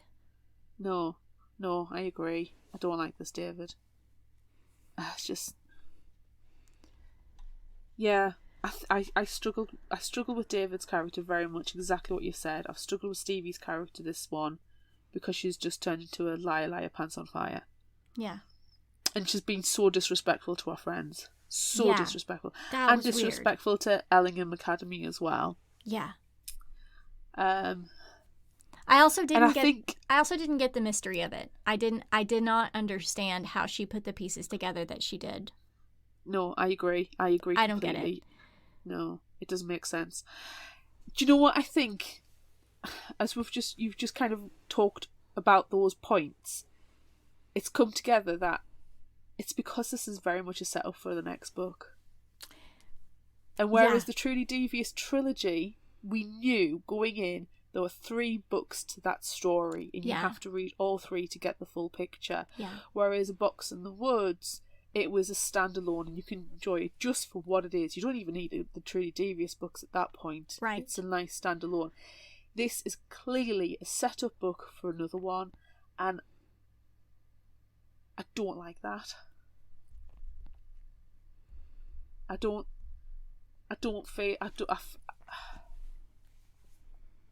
know. I don't feel like it needs to be a duology kind of story. Because there wasn't enough satisfaction from the mystery. Yeah. If that makes it all sense. It does. It does make sense. I don't know. Saying all that, saying everything that we've said, how this one is not our favorite, when book 6 comes out, I'm gonna read it. I'm gonna get it. I'm gonna read it. I'm going to enjoy it, but... And we're going to talk about it in the podcast, so it's happening. Yeah. I really do love the fact, though, that they came to London. Can I put that out there? I think that's really fun. For all the small little small details, apart from my raging details about timekeeping in London. Yeah. And being disrespectful to tourist traps. I love the fact that Stevie came to London. I really did enjoy that. It was nice to branch out somewhere new. I'm a little bit upset that she didn't try to solve Jack the Ripper. Yes! If you're going to go on the Jack the Ripper tour, and I've been on one, it was a historical tour more than anything else. It was very interesting. Then you want to solve that murder. Yeah. Stevie could solve that cold case. Yeah, and we talked about this at the end of Box in the Woods because we find out that David, at the end of Box in the Woods, is going to London, and so that we just assume, okay, Stevie's going to London, she's going to solve Jack the Ripper. I wish that's what would have happened. And they kind of allude to her maybe staying in London because, she hasn't chosen a college. She could go to college in London if she wanted to. So maybe she will now go to college in London and then she will solve Jack the Ripper. Yeah, I don't understand why Stevie's just looking at the US colleges. The whole point of her going to Ellingham was to solve a murder, and she solved it. She did it. Yeah. So why can't she consider a university, a college based on that principle? Based on murder. Yeah. Just go to college for murder. She'll probably get a scholarship for that. Ellingham would probably give her a scholarship to go to college based on that. Yeah. And, like criminal science or something. I don't know. Yeah. She'd have to, get an education while she's there, but still. Yeah. There's potential there. Yeah. Look, regardless... I'm disappointed she didn't solve Jack the Ripper. Yes, I wish that she had solved Jack the Ripper. But whatever happens next in Stevie's life, I'm there for it. Oh, yes. Fully supportive. Mainly for Nate, but fully supportive. Yes, definitely for Nate, because I love Nate. Yeah. I am interested, but you know what? You're allowed to think things aren't perfect and still enjoy them. Yeah. So, there we go. Yeah. Should we move on to Would You Definitely. Rather? Yes. Did I this say- Would You Rather... Did I say at the beginning of this one that this episode was 108 hours long? 9 No, days long? What did I say? It's a long episode. It's a long episode, everyone. I don't even think you declared it. I didn't? I thought I don't did. think so. I'm not sure. I don't know. We've only been at an hour and a half. It's fine. It's fine. It's fine because we're going to move on to Would You Rather. Well, this Would You Rather is slightly different. Because It is. of life, we are recording this ahead of time, significantly ahead of time. Yes. So we have not posted this Would You Rather on social media yet, but we will post it for fun. We will post it for fun, and for now, it'll just be us playing Would You Rather. Weird. It's weird. Weird. So first question. You're coming to London. Oh, am I? Why not? Don't get me excited. Amanda, you are coming to London. Oh, I am. I'm so excited. Would you rather visit the Tower of London or the London Eye? And for those who did not realise, the London Eye is a giant Ferris wheel made of pods. It's very cool. Based on this book, I want to go to the London Eye. Is that so you can Agatha Christie everybody in the pod? Yes. Yes. Perfect. And I, like, you've described it as, like, being able to go up and see pretty much everything. And while I don't love heights and I don't love Ferris wheels, it's an enclosed thing. So I would feel safe and that would be fine. So, yeah, I want to do it. I want to ride the London Eye. I do. The London Eye is really fun. Yeah. I have been to both locations. Of course you have. And the Tower of of course I have. The Tower of London's really fun, and if you want some deep history, it's great. Traitors Gate, where they used to put the heads on the spikes. I like that. It's great. It's gruesome. It's great. It's all fun. But the London Eye is nice. It's like a half an hour trip around the circle it takes. Mm-hmm. And just getting to see the London Vista, and it's stuff that you see from photographs all the time, and it's beautiful. And you can get a sense of the city from this like capsule, and it's so smooth that you can barely feel that you're moving. It's gorgeous. It's gorgeous. Okay. So I'm going to go on the London Eye. And I want to go on the London Eye with you. Yeah, that would be fun. You said I was going to London. You're coming to London. Yes, we're going to go on the London Eye together. There we go. Sorted. Okay, done. Done. Would you rather have a pint in a local or a glass of wine in a fancy manor house? Not a big drinker of wine. I'm not a big drinker either. Like, I don't know what I'm going to... Like, I don't know what I'm going to choose for this one. I don't want to drink a pint of beer. I don't want to drink a glass of wine. It doesn't say beer, it says pint. Yeah, but... Have a pint. Okay, you're going to have a pint, and it's going to be beer, or it's going to be cider. Never have a swift half with anybody, okay? I don't know what that means. Okay, so half is half a pint. Okay. And if somebody says, "Oh, let's go for a swift half after work," they always get messy.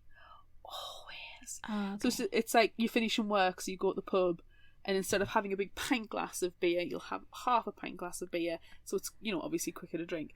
But every time I've ever gone out for a swift pint after work years ago, it inevitably turned from a swift pint into going out. Oh. Yeah, no, see, I won't do that. I'm not into that. I'm not into that. Well, also you're in London. You wouldn't have finished work, and you wouldn't be going for a swift pint in the local. So I live in the northeast though, where a local to me is like an old man pub.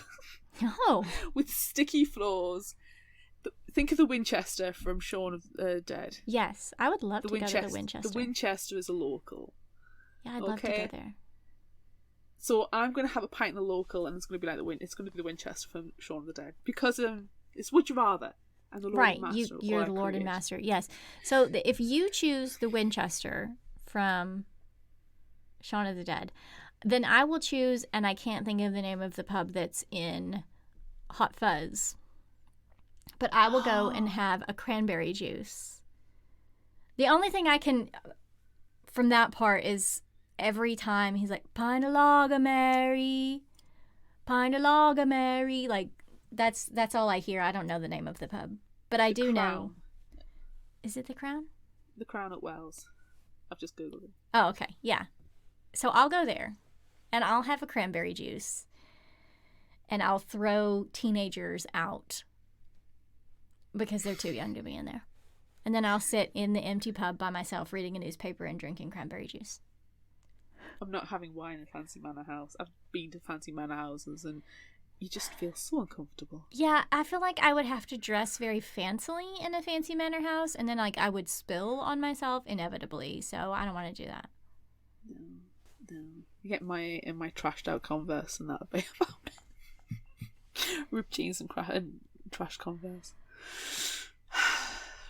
It's my everyday outfit. Exactly. That's what I'm thinking. Next question. Would you rather investigate an axe murder in Gloucester or a missing person in London? I would rather investigate Jack the Ripper in London. Is Jack the Ripper not a missing person, though? Ooh. Yes. That's what I'm going to do. Loophole. I'm going to go to Whitechapel and I am going to solve Jack the Ripper. Can I be Watson to your Holmes? Yes. Or Holmes to your Watson, whichever. Yes. Cool.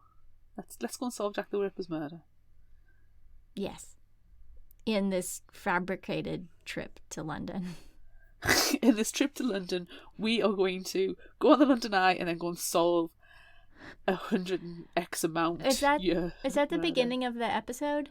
In this trip to London. Yes, it is. In this trip to London, sounds like murder. Sounds like murder. Okay, so this next Would You Rather question. There was a lot of food mentioned in this one.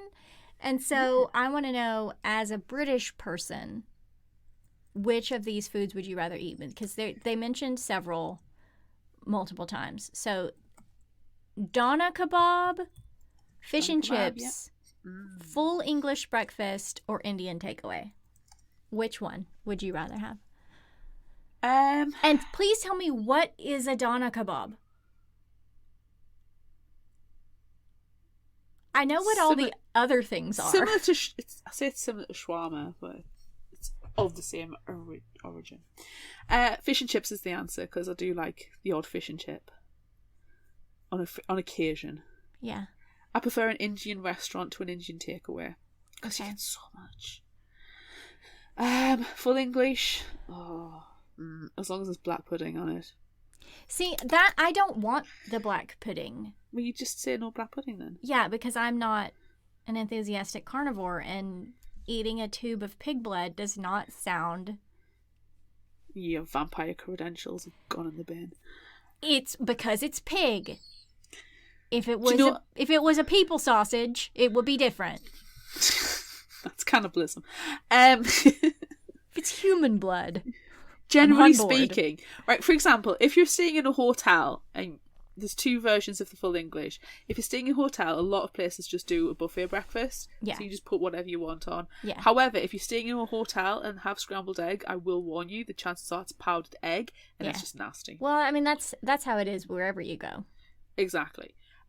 Or you have it on the menu, but if it tells you what's in it, and if it has, and you don't want the fried tomatoes and you don't want the black pudding, just say, I'll have the full English but no black pudding please. And generally speaking, they'll let you substitute it with something else, so you can have like extra portion of mushrooms or an extra tomato, or whatever, So if it's on the menu, you can ask to replace it with something else. That's fine. Full English breakfasts are a luxury to me, and it's like a holiday a breakfast where I want to have a big breakfast so I can skip lunch, because it's so freaking filling. Yeah. And I do not understand these people who can have a full English like every weekend. No, like toast is good enough for me, Big bowl of fruit, yogurt, granola. Doner kebab. Okay, get a pita bread. Do you know what a pita bread is? Yes. Yeah. pita bread, salad, so lettuce, cabbage, tomato, lots of salady stuff shoved in there. And the meat, and this is probably going to gross you out, so you'll not want one. The meat is usually beef, I think it is. It's brown. What is Donna meat? Most are predominantly made of chicken, but occasionally beef. Okay. But it looks like an elephant leg. It's brown. Basically, they get all the meat and they just put in, and they get a big pole, and they pack all this meat onto the pole, and then it's cooked like it's on a spit, but it's, instead of it being horizontal, it's vertical. Okay. So, and it just turns, and it looks like, the easiest way to describe it is, it looks like an elephant leg. It's this big thing. So then they get the pita, fill it with salad, and then they shave the meat off. So it's just these long, thin, wafer-thin pieces of the meat in there. Okay. So it's generally beef, but you can get chicken, and if you get chicken, it's not on the big skewery thing. Yeah. That sounds like a Brazilian way to serve food. I feel like that's something that they do in Brazil a lot. They have meat on sticks, and then they shave the meat stick. Can I just have it without meat? Yeah. Then that's what I'm gonna have. That's what I choose. Fish and chips. I mean, Big I'll eat a chunky fish fat and chip. chips. I'll eat a fish and chip. Lots I of salt will. and vinegar. I don't like vinegar. Don't put vinegar on then. Eat how you want, but yes, fish and chips. I feel like if I ever get to go to London, I'll probably eat everything. Right, so we're going to go to Greg's, okay? We're going to get you a nice pasty. You can have a cheese and onion if you don't want the steak bake, that's fine. Or if you want a sausage roll, you can get vegan instead of the actual meat one, because we know you're a reluctant meat eater. We need to get you to go to Nando's for a cheeky Nando's. You need to get some fish and chips. Possibly even a roast dinner, so you can have some gravy and Yorkshire pudding. What else do we need? Do we need to have an afternoon tea? Probably. Do you want a full tea with the sandwiches, or do you want like a cream tea where it's just scone? I'm full thinking about this. I cannot eat this. I'm a big girl, okay? I'm chunk, but I cannot eat all of this. I don't know. I'm eating everything. That's what we need to do is just get one portion of everything and then just divide it. Okay. And then it's divide and conquer, because then you're not eating a full dinner. Okay. Yeah, okay. Meal. That's fine. And then we can eat multiple places. We can go to every single place and eat every single thing, because we're just sharing one thing at every place. Exactly. This is the loophole. Okay. Right, sorted. Are we doing Would You Rather still? I'm so confused. I don't know. This episode is all about London, and it's breaking my brain. Last question. This episode is excessively British. Oh my god, it really is. Hang tight, folks. It's excessively British. Right. Last question. Would you rather wear a sexy hoodie or a sexy onesie with buttons? A sexy hoodie. I don't like a onesie, especially if the feet are covered. I don't like it. No, just give me a hoodie. And then I can like sexily unzip it. Sexily put the hood up. Sexily tighten the strings until it comes down over my face like this. Are you having like ears on this hoodie, or is it just going to be plain design? I mean, it's probably going to be a black hoodie, if we're being perfectly honest. Yeah, but I'm not wearing a onesie. No, thank you. I hate onesies. Onesies are for babies. Yeah. And I'm sorry if I'm in any way, shape or form insulting people, but personally I think a onesie is for a baby because it's easy. I do not want to strip down all the way to go pee. No, I hate it. I don't like that. So I'm wearing a hoodie. And the one time, a friend had a onesie and it had a back flap so he could go to the toilet. And this gentleman is not of a svelte figure. I saw too much. I had to say things about it. I'm sorry. Let's not talk about it anymore. Moving on. Favorite. Oh, what was that? Favorite. Favorite? We've gone to Australia. Hoodie for me, by the way. It's your favorite final thought quote. Of your favorite. Favorite. What's your favorite final thought quote? I've got a few. Now drink, you disgusting peasants. Good. There is no such thing as a sex hoodie. We're living in a clue board right now. Oh, yes. Will you? Holy shit, that. I like that. A little bit of fakery does so much. Ooh, it does. Do you know, okay, there was a couple of things that were just so freaking American /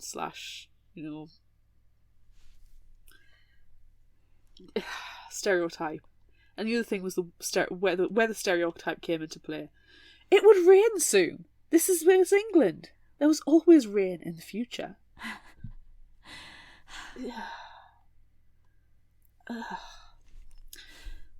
And what was the? Okay, Stevie had wine before, but no one with an English accent in a long dining room in a country house had ever approached her before to offer her wine like she was an actual goddamn fancy adult, because she was not one, an adult, or fancy. I love that. I loved it, and I was kind of just thinking that's just. I don't know, it just felt intensely American as well. This is an excessively British book with intense Americanisms. Yes. I like it. It's a good mix of the two. What have you got? I adore you all to the bottom of my black and cold heart, and my life would be nothing without you. Was the quote from the book, not from mine? Never explain where you get the blood. Again, book, not life. Yes. We're done with feelings, right? Amanda, can we please quote the book, not life? Okay, finally. Do you want me to... He searched for something to say. I don't know. Punch him in the dick or something? Oh my god! Book, not life. That's all I got. They're all real life quotes. From this week alone. Yes. Oh my god. I did. You know what? We've been doing this for years. You would think you'd know the pattern by now. I know, you would think. I really did appreciate how much Nate wanted to punch David in the dick. Oh, just let him at it. And then Janelle can have her go as well. They're really good friends. I love Nate. I love Janelle. I love Vi. I love those three. They are precious. Yeah. Does one of them need to die, though? If somebody dies, it can be Vi. And I hate that I just said that out loud, but I love Janelle, and I love Nate, and I love Vi the Third. Like Could it Nate. be David? And then forever, Stevie's like, "Oh, I'll never know the truth of." Well, she will, because she'll work it out. I feel like that would cause her to spiral too much. Izzy died. Yeah, let's kill Izzy. Fuck Izzy. Let's kill Izzy. Okay. I haven't got any emotional connection to Izzy over the past few books. No. We're done with feelings, right? We've got feelings. It's the intense anger. Yes. Okay. If you liked this, try this. What are you going to suggest? I'm going to suggest a book that I actually considered suggesting for us to do this month, but we didn't because we found better books to do this month. Okay. And it's called Only a Monster by Vanessa Len. And it's the last sentence which really hooked me in completely. Okay, I'm ready. It should have been the perfect summer. Sent to stay with her late mother's eccentric family in London, 16-year-old Joan is determined to enjoy herself. She loves her nerdy job at the historic Holland House, and when her super cute co-worker Nick asks her on a date, it feels like everything is falling into place. But soon she learns the truth. Her family aren't just eccentric, they're monsters, with terrifying hidden powers. And yes, Nick please. isn't just a cute boy. He's a legendary monster slayer who will Sold. do anything to bring them down. Yes. As she battles Nick, Joan is forced to work with the beautiful and ruthless Orion Oliver, heir to the monster family that hates her own. She'll have to embrace her own monstrousness if she is to save herself and her family, because in this story, she is not the hero. Yes, please. Ooh.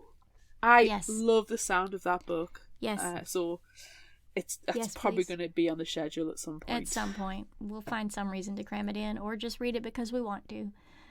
Well, exactly. Yes. What have you got?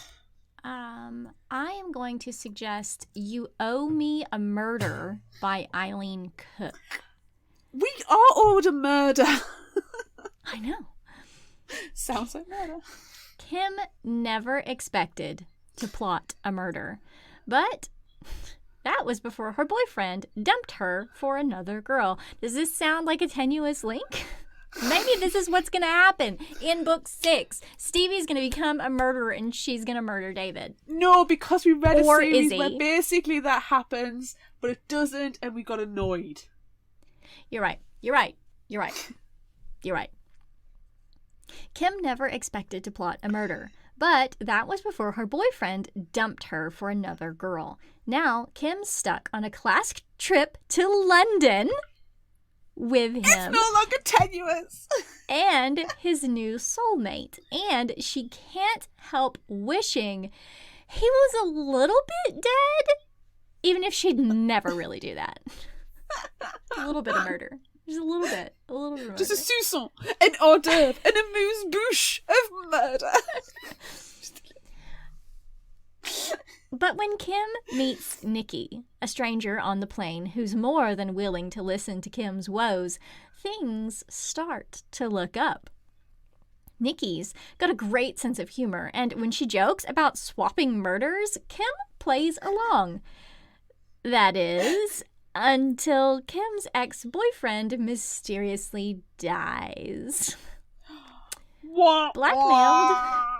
Blackmailed by Nikki to fulfill her end of the deal, Kim will have to commit a murder or take the fall for one. Right now I am busy going onto our book planning idea. Are we at like 2028 schedule now? Something like that, but I'm currently writing the theme challenge of Sounds Like Murder. It is on the list, because dang. Perfect. Thank you. Yes. Very good. Very good. That sounds so good. Do we have a newer indie spotlight? We do. This one, we've recommended a Kit Frick book before, but now I've just forgotten the title of the Kit Frick book. Oh. Something about who killed somebody. I want to say Jesse Spanos. Yes, I wanted to say Jesse Spano, but that was from Saved by the Bell. So I knew it was somebody Spano. Anyway, yes, we've recommended a Kit Frick book before, and so now this one is coming soon, and it's called The Reunion. Okay. 11 Mayweathers went on vacation. 10 came home.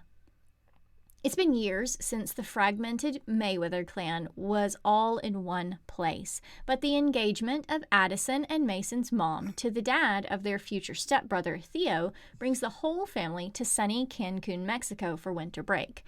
Add cousin Natalia to the mix, and it doesn't take long for tempers to fray and tensions to rise. A week of forced family fun reveals that everyone has something to hide, and as secrets bubble to the surface, no one is safe from the fallout. By the end of the week, one member of the reunion party will be dead, and everyone's a suspect.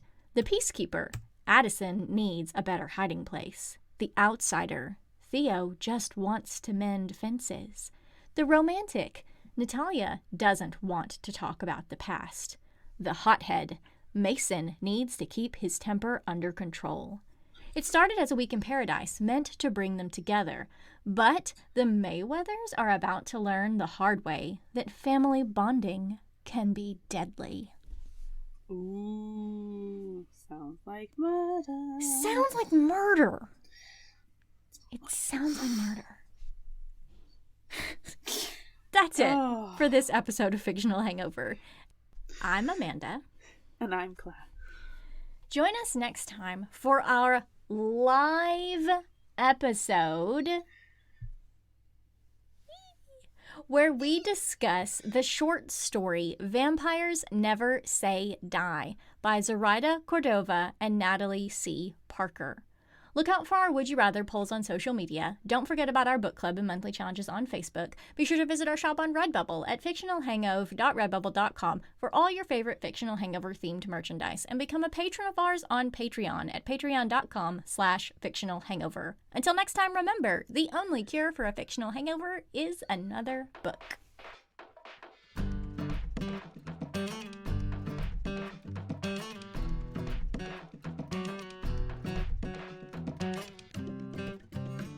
You can find us at fictionalhangover.com, follow us on Instagram at fictionalhangover, find us on Facebook at facebook.com/fictionalhangover, and on Twitter at fictionalhangover, no ER.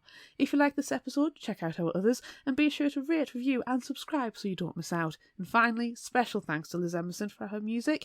You can find her on Facebook and Patreon. Thanks for listening.